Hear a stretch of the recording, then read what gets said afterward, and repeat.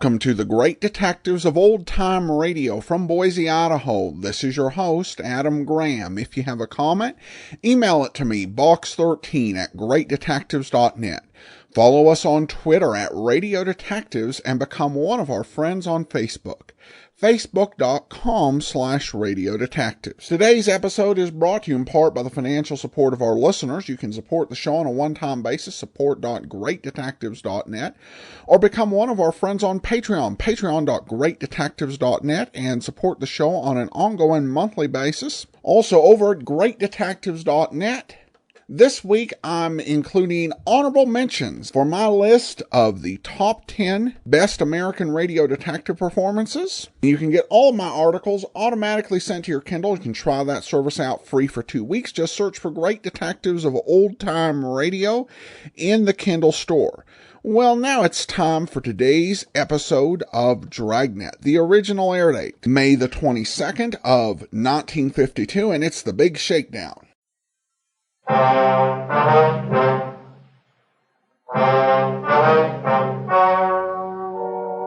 story you are about to hear is true. The names have been changed to protect the innocent.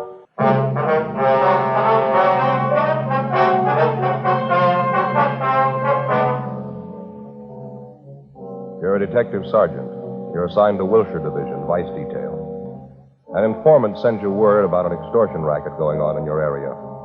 The victim, a bookmaker. The suspect, a police officer. Your job, check it out.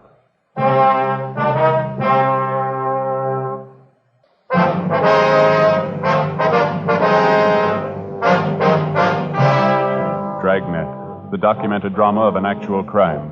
For the next 30 minutes, in cooperation with the Los Angeles Police Department, you will travel step by step on the side of the law through an actual case transcribed from official police files. From beginning to end, from crime to punishment, Dragnet is the story of your police force in action.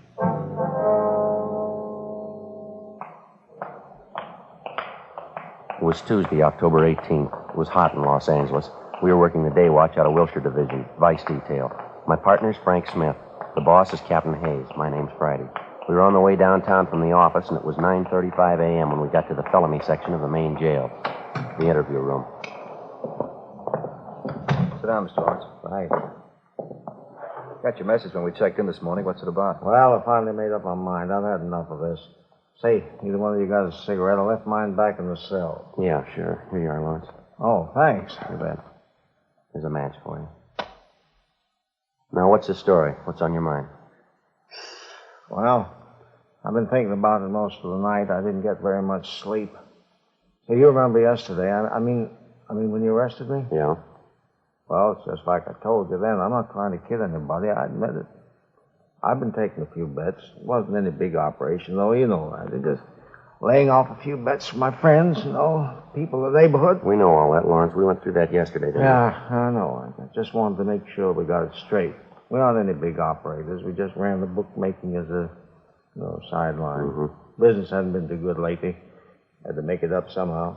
Sorry, Lawrence. We can't feel bad about it. You were tagged for making book before. You should have learned your lesson. Oh, I know. I'm not singing the blues. I'm not trying to alibi. I didn't call you down here for that. Well, then, what's this all about? Well, like I told you, I've been thinking about it a lot. I didn't sleep hardly at all last night. I finally made up my mind, though. I'm going to get it off my chest if it kills me. All right, what's that?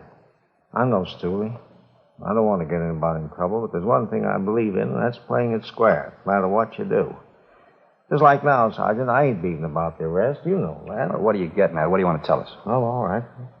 Here it is. You know what the record is. I stood a pinch for bookmaking a year and a half ago. I got the thing all squared away, and it came back to my business. I learned my lesson. I didn't want any more trouble, so I laid off the books. All right, fill us in. What about this policeman? I'm getting to it. Just a minute. Hey, I'm sorry. You got another cigarette, please. I'm a little jumpy this morning. Yeah, Lawrence, sure you. Thanks. Oh, thanks a lot. Well, like I was saying, when I cleared up the last beef, I forgot all about the horses. I was off them for good. The wife made me promise. I wouldn't have anything more to do with them. We'd just run the business, live on what they made, and we'd get along fine. All right, go ahead. Everything was going fine, too. Business wasn't too good, but we made out. Then the trouble started. Yeah. My oldest boy, that's Harry Jr. Mm-hmm. He had an accident on the job, and he broke his hip. I had to help his family out while he was in the hospital. Like I say, the business wasn't making too much money, but we made out, though. Yeah. Then, Go ahead. yeah, well, then just as soon as Harry got well, the wife came down. Gallbladder. She had to have an operation. Really cost money, you know. Yeah. Well, wife was resting at home. She didn't come down to the store. I started with the books again, you know, just taking a few bets on the side, just a few. Mm-hmm. I didn't really want to do it. Just one of those things, you know. I didn't have anybody to go to. The bills had to be paid. Where does this policeman fit into it, this Ray Williams? Well, I'm just coming to it. No. Well, he came in the store. He said he wanted to make a bet. I didn't know him from Adam, so I played careful, you know. I told him I wasn't making books, and then he said he was a good friend of Myra's.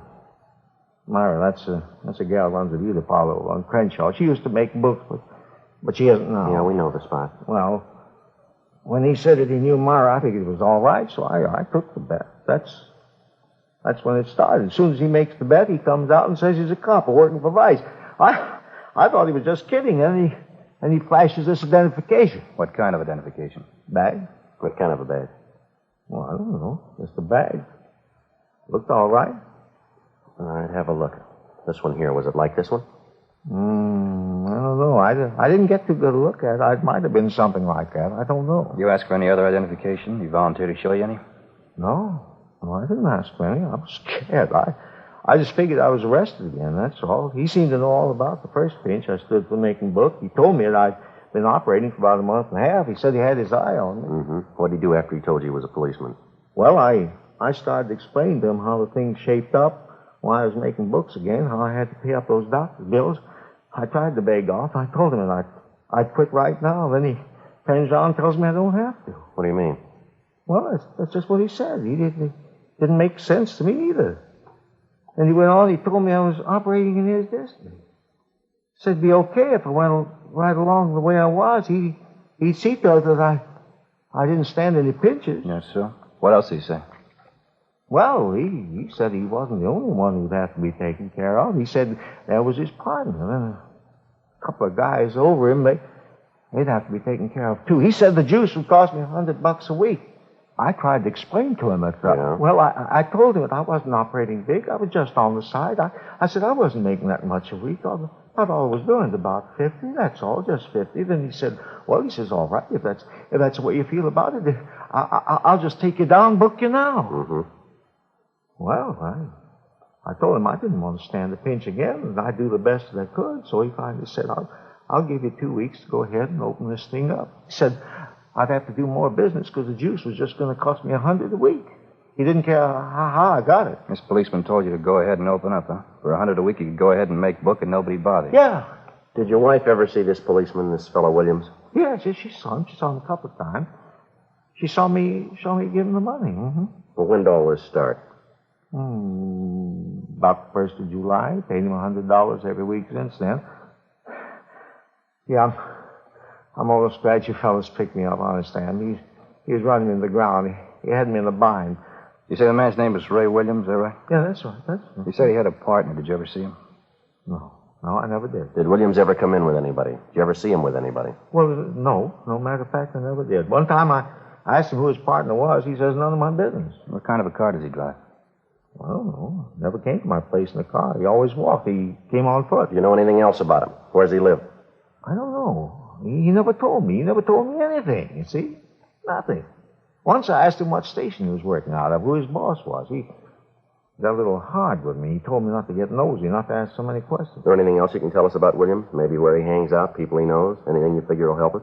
Well, he works out Wilshire. You ought to know him. Ray Williams.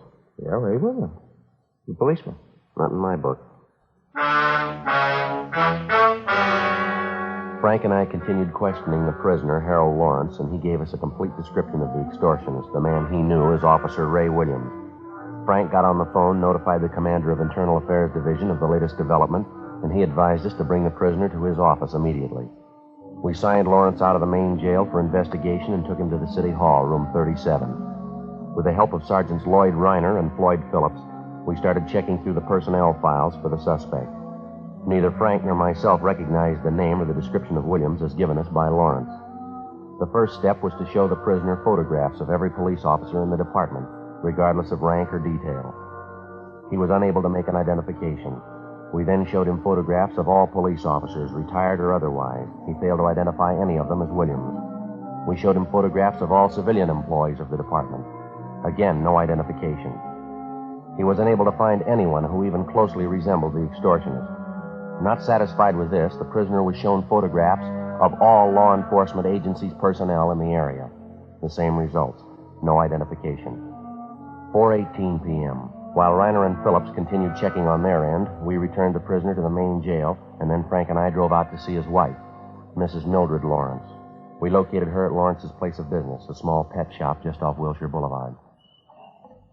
What is it this time? Haven't we got enough trouble? What do you want now? We just got through talking to your husband, ma'am. A few things we'd like to clear up. Like to talk to you a few minutes if we could. You talked to Harry? How is he? He's all right, ma'am. We've been with him all day. We're still looking into the case. Why can't you let him alone? He admitted what he was doing. He wasn't lying. He told you everything. Yes, ma'am. We appreciate that. And why don't you let him alone? Let me alone. Trouble. That's all we've had. Sickness and trouble. No end of it. Well, we realize that, Miss Lawrence. We don't like to bother you, but there's something we have to straighten out here. I haven't anything to tell you. I'm busy. Left alone here to run the store. No help. I'm sick. Shouldn't even be down here. Let us alone. Let me alone. Harry was wrong. He'll pay for it. We're not asking you for anything. We're asking you for something, ma'am. We'd like you to help us. Help you? Why? Policeman all our life. As far as I'm concerned, you're nothing but trouble. Reason for all our trouble. Well, that's what we'd like to talk to you about, ma'am. I haven't anything to say, I told you. I'm a sick woman. Got a lot of work to do. Do you mind stepping aside there? Got this whole bin of dog food to package up. Can't just stand around and talk. Poor little pups have to be fed. Haven't even cleaned their litter yet. Well, we appreciate how you feel, Miss Lawrence. We won't take up too much of your time. Can't you give us just a few minutes, Now, please? you listen to me. I've tried to be nice to you. I've got no reason to either. I could tell you a lot of things about policemen, things you wouldn't want to listen to. You think you're so smart. Maybe Harry was doing wrong, but he's not the only one. I could tell you plenty if I wanted. Well, that's what we're here for, ma'am. We told you we were with your husband all day. Then why don't you let me alone? Talked to one cop already today. I told him to stay away, and you do the same. I told him just what I thought of him. Low-down thief. Who was this policeman you talked to today? You know who he is. He was the same place with you. You big, honest policeman. You never do anything wrong. That Ray Williams ought to be in jail just like Harry is. Ray Williams. Is that the man who was here today? That's what I said, wasn't it? Now, will you get out of here? Now, look, Miss Lawrence, just a minute, please. We talked to your husband, and he told us all about this man, Williams. And why don't you do something about it? Go get him and put him in jail, just like you did Harry. That's what we're trying to do, if you'll just help us. Williams isn't a policeman. What do you mean? Yes, ma'am. That's what we've been trying to tell you. We talked to your husband. He told us the whole story. How can you tell? How do you know he's not a policeman? He's not, ma'am. We're sure of that. Harry said he was. Showed Harry his badge. Well, that doesn't make him a policeman, ma'am. We had your husband look at pictures of every officer in this area. He convinced himself that Williams isn't a policeman. Well, if he isn't a policeman, who is he? That's what we want to find out. Will you help us? Mrs. Lawrence? You'll have to excuse me. I didn't mean to be nasty. Just that I've been sick. Always trouble, Harry in jail. Yes, ma'am, we understand that. Now, you say Williams was here today. About what time was that? It was before lunch, about 11:30, quarter to 12, I think. He came here to get money. That's what he always came for. Did he say he'd be back? No, I told him never to come back. Told him Harry was in jail. All the money we gave him, what good did it do? Said I'd go to the city hall if he ever came back. What'd he say to that? He said Harry had to expect an arrest now and then. I told him Harry wasn't going to get arrested anymore. He was through with all that junk. People like him, too. Uh-huh. And then he swore at me. Called me some real nasty names. Told me I'd better keep my mouth shut or I'd get worse than Harry did. Then he went out and slammed the door. Was he driving a car? Did you notice? No, I never saw him in one. Is there anything you know about Williams at all? I mean, anything that would help us locate him, maybe? No, I don't think so. All I know is he said he was a policeman. His name was Ray Williams. Couldn't Harry tell you anything? Maybe he knows. No, ma'am, he couldn't tell us, ma'am. Oh, excuse me, please. Yes, ma'am. Lawrence's pet shop. Yes? What's that? Oh, what? Hello? He hung up. Ma'am? It was Ray Williams. Said he just drove by here. He saw us. Well, what do you want? Said he saw me talking to you. He knows you're a policeman. Told me to keep my mouth shut. Said if I don't, he's coming back. Yeah? He said he'd kill me. Before we left, we called in and arranged for a 24-hour stakeout on Lawrence's pet shop and also on the Lawrence home. Until the suspect was apprehended, she would be given a 24-hour protection. The next day, we picked up Mrs. Lawrence and brought her downtown to the City Hall, room 23. We went through the same procedure with her as we had with her husband. Like her husband, she was unable to identify any of the photographs of police officers in the area. In addition to the personnel photographs, Mrs. Lawrence also went through a group of pictures which Sergeants Reiner and Phillips came up with. They'd had a run made through the staff's office on all known extortionists using the same M.O. Williams used, posing as a police officer. From this group, both Mr. and Mrs. Lawrence gave us 2 partial identifications. Both men were picked up, questioned, and eliminated. Meantime, we'd gotten out a local broadcast, and a teletype was sent to George Brereton, CII Sacramento, asking for assistance in identifying the extortion suspect. The investigation went on. 2 days passed. No leads on the suspect. In checking on other possible victims of the extortionist, Ray Williams, we drove to interview Myra Thomas, operator of a beauty shop out on Crenshaw. She was a tall, good-looking brunette in her early 30s. This man we're looking for, Miss Thomas, Ray Williams, we understand he's a friend of yours. Please, Sergeant, you've described the man to me. You told me his name. It doesn't mean a thing to me. I don't know him. Well, then how'd he get your name, miss? I'm sure I don't know. I'm sorry, I can't help you. Well, now, apparently the man knows you, or he knows about you. I don't think I understand you. It makes you think this man Williams knows me. We've already told you, ma'am. Mr. Lawrence says that when Ray Williams first approached him, he used your name as a means of introduction. Now, it's not a coincidence. I think you'll admit that. Well, I just don't understand what it has to do with me. I know how you feel. I have an idea what you're thinking. I was in trouble once, that bookmaking thing. I learned my lesson, though. I'm through with that business. We're not here about that old arrest, ma'am. We don't want to bother you. Just thought you might be able to help us locate Williams. I'm sorry. I don't think I can. Possibly he might have been using another name, ma'am. I still wouldn't know him. Description doesn't sound like anybody I ever knew. You know the Lawrences pretty well, do you? Yes, I wouldn't say pretty well, but I do know them. Have you seen them lately, either one of them? No, I haven't. You haven't talked with Mrs. Lawrence the last couple of days? No, why? We thought Mrs. Lawrence might have told you what kind of a man this Ray Williams is. What do you mean? What's so bad about posing as a policeman? Well, it's more than that, ma'am. He telephoned Mrs. Lawrence, threatened her if she talked to the police about him. What? Yes, ma'am. He said he'd kill her. Oh, no. Yes, ma'am, that's right. Couldn't be. He wouldn't do a thing like that. Do you know him that well?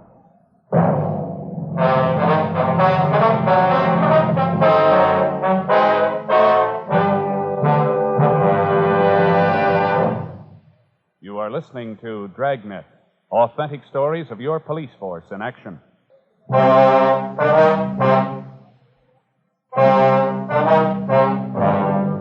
The idea of an extortionist posing as a policeman to obtain money certainly was nothing new. The idea is as old as crime itself. It's one of the most vicious types of extortion in the eyes of law enforcement agencies because so many such cases go unreported to proper authorities by the victims. Usually, the victim is a person of circumstances with something to hide. The extortionist discovers the person's secret by one means or another, and he begins the never-ending process of draining the victim of his last dollar, all under the guise of being a police officer.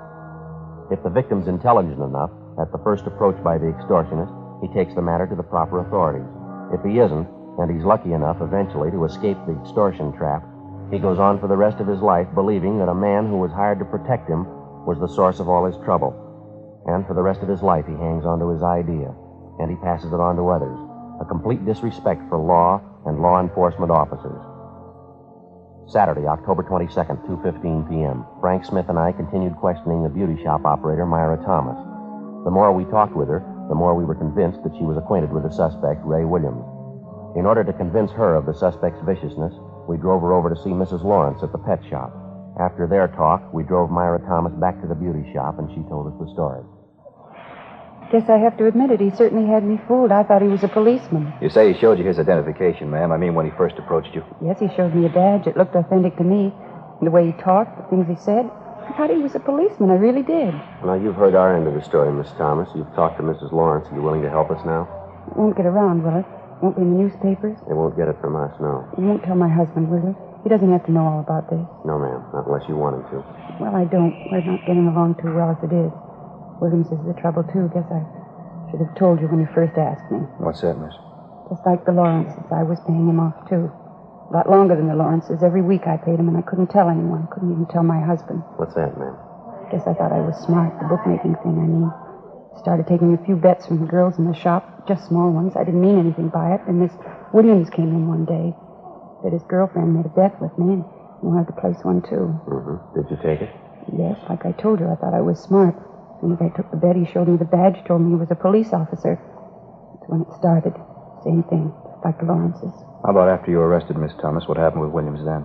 Oh, after I got it settled, Williams came back to the shop again. I told him then I was through with the horses. Wouldn't have anything to do with it again.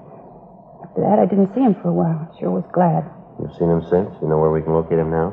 Oh, no, I don't. I have seen him since, though. You promised me my husband won't know about this. You give me your word. Miss Thomas, if you don't want your husband to know about this, it's your business. He'll never hear it from us. It's got to be that way, believe me. I love my husband. Ray Williams has caused us nothing but trouble. Can't tell you the worry he's caused me. I mean, besides all the money I paid him, too. You mean you're still paying him? Yes, that's right. Every week. You don't know how low that man is. I can't begin to tell you. I thought he was a policeman. Well, why are you still paying him off, ma'am? You mind telling us that? No, I guess I don't mind. I've gone this far. All right. It was while my husband and I were separated. We had a fight. We were separated. Started going out on dates. Nothing serious. One night I was out with a fella from out of town. Nice fella. Ray Williams saw me and a fella sitting in the car. Parking lot right in back of the bar. We were necking. Williams come by and he knew that I saw him. I see. Wasn't anything wrong, really. I love my husband. He wouldn't understand about the fella that night, though. I mean, if Williams ever told him. That's what he's been holding over your head, Henry? Yes, it's more than a year now. I've paid him every week. I'll tell you the truth, Sergeant. I can't go on much longer. I can't. Well, you don't have to worry about it anymore. Just help us locate the man. That's all you have to do now. Well, I don't know where he lives, but I know he's going to contact me. He always does. And that's what we'd like to know. How does he contact you? He phones usually once a week, maybe every other week. Calls me and tells me to meet him someplace and bring the money, $50 every week. And you have a regular time that he calls you? No, almost any time. It's never the same day, never the same place I meet him. I haven't heard from him in over a week now. He should be calling pretty soon, I guess. Mm-hmm. Usually call here, or does he phone you at home? Both places. He seems to know where to reach me. I don't know what I'm going to do this time. I just don't know. Ma'am? I haven't got the money for him. I'm broke. $4 or $5, that's all I have. Well, don't worry about it. But he's going to want his payoff. You know that. What am I going to do? This time it's on us. Before we left Myra Thomas at the beauty shop, we had a definite understanding that as soon as she heard from the extortionist, Ray Williams, she was to call us immediately, any time of the day or night. Then we called the office and made arrangements for stakeouts to be placed both at the beauty shop and at Myra Thomas's home in case Williams decided to contact her in person. The Thomas woman was given a plain envelope containing $50 in marked bills, which she was to hand over to the suspect the next time he demanded his regular payoff. 2 days went by. Tuesday, October 25th. No word on the suspect. Thursday, the 27th. Still no word. Saturday morning, October 29th. I got it. Right. Vice detail, Smith. How's that? Oh, yeah. I see. Hold on, huh? Pencil, Joe? Yeah, here you go. What was that place again? Okay. The time? Yeah, surely. In about half an hour. Yes, ma'am. We'll be there. Goodbye. What do you got, Frank? Anything? Yeah, Myra Thomas. Yeah? He wants to see us. I told her we'd be over in about half an hour. What's the deal? Williams called her. He wants his money. 11:15 a.m. Frank and I got in the car and drove out to see Myra Thomas at her apartment. She told us that the suspect, Ray Williams, had telephoned her shortly before 11 o'clock that morning and set up a date to meet her for his regular payoff at 10 o'clock that night. The designated meeting place was a small nightclub out on Santa Monica Boulevard. The Thomas woman was to meet Williams at the bar. We told her to get there a few minutes ahead of time, and if she happened to spot Frank and I in the nightclub, she was to give no sign of recognition. As far as the actual payoff was concerned, we instructed her to hand over the envelope containing the money to the suspect when he demanded it, without any argument. Shortly after 9 o'clock that night, Frank and I entered the nightclub and got a table directly adjoining the bar. It was a modernistic affair, lighted from below with a blue fluorescent lamp. A 4-piece orchestra was playing at the rear of the place. Nobody was dancing. Only a few of the tables were occupied, but the bar was doing a good business. We waited. 9:30, 9:45. We spotted Myra Thomas as she entered the club. She went to the far end of the bar, sat down on one of the stools, and ordered a highball. 9:50, 10 p.m. We kept waiting. 10:15, 10:30. Still no sign of the suspect. We watched Myra Thomas order another highball. Getting late, Joe. Yeah, what time you got? 25 to 11. Joe, Yeah. just came in. Coming this way, gray suit. Yeah, What do you think? Well, the description fits, doesn't it? Yeah, must be. Going up to Miss Thomas, talking to her. All right. He's got the envelope. All right, just a minute. Let's give him room. He's leaving. Going for the front door. What do you say? All right, let's go. Not wasting any time. Come on, let's hurry. Down down the street. Come on. All right, mister, hold it. What's the matter? What do you want? Police officers would like to talk to you. Me? What about? What's the matter? You got your identification? Well, sure, right here. What do you want? We'd like to look at it. Oh, sure, here you. Oh, excuse me. That's your badge? Oh, no, it's nothing. Where'd you get that phony badge?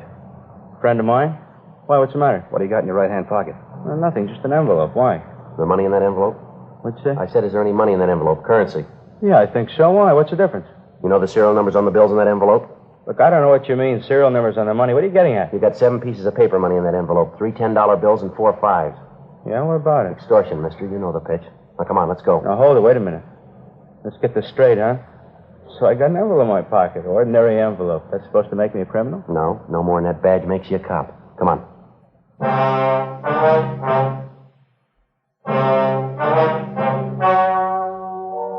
The story you have just heard was true. The names were changed to protect the innocent. On January 8th, trial was held in Superior Court, Department 86, City and County of Los Angeles, State of California. In a moment, the results of that trial.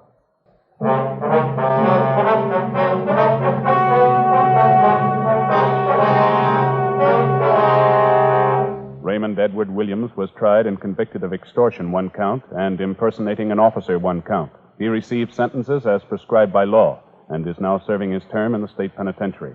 Extortion is punishable by imprisonment for not less than 1 nor more than 10 years. Impersonation of an officer is punishable by a fine of not more than $1,000 or by imprisonment for not more than 1 year or by both such fine and imprisonment. Friends, sometime during the next 2 weeks, you'll be asked to buy a poppy in memory of those who fought to keep freedom alive.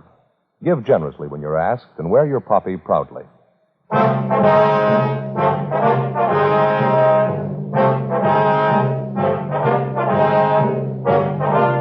You have just heard Dragnet, a series of authentic cases from official files. Technical advice comes from the Office of Chief of Police W.H. Parker, Los Angeles Police Department. Technical advisors Captain Jack Donahoe, Sergeant Marty Wynn, Sergeant Vance Frazier. Heard tonight were Herb Ellis, Vic Rodman, June Whitley. Script by Jim Moser. Music by Walter Schumann. Hal Gibney speaking. Stay tuned for Counter Spy next on NBC.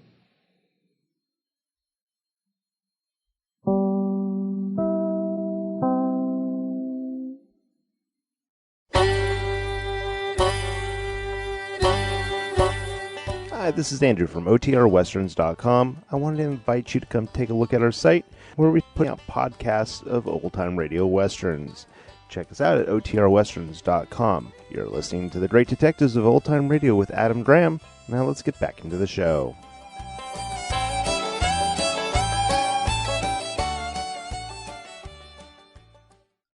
Welcome back.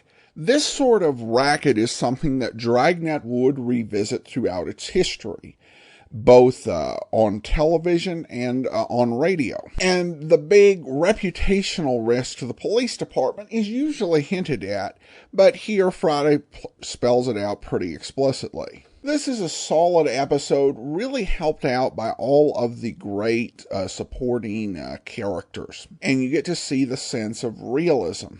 Even how the bookie, in saying that he wasn't trying to deflect blame, is up there subtly trying to deflect blame. And you also do get a hint about just how low down these extortioners are. In other detective programs, people tend to murder the people who are blackmailing them. That's how blackmail comes up at all. But most people, that's not their tendency. Instead, they just end up being in a situation where they're constantly in fear of exposure and having to be bled dry by these despicable people. Well, now we turn to listener comments and feedback, and Bruce notes regarding Olin Sule, he voiced Batman in the Super Friends. Thanks for the reminder, and it's something I'd read but forgotten to mention, and it is kind of neat to find out how many radio actors went on to become the voice of some pretty well-known and beloved cartoon characters. Sule wasn't the only old radio actor to go and voice a superhero. Of course, Bud Collyer, the longtime voice of Superman over the radio, actually came back and did Superman cartoon series in the 1960s. And another one is Gerald Moore of The Adventures of Philip Marlowe. He voiced Mr. Fantastic in the original Fantastic Four cartoon series. All right, thanks so much for the comment and appreciate that. That will do it for today. We'll be back tomorrow. We celebrate 2,200 episodes with a special episode of the Lux Radio Theater I think you'll enjoy. Then join us back on Monday for Nightbeat, Tuesday The Lone Wolf, and next Saturday another episode of Dragnet. In the meantime, send your comments to box13@greatdetectives.net. Follow us on Twitter @Radio Detectives and become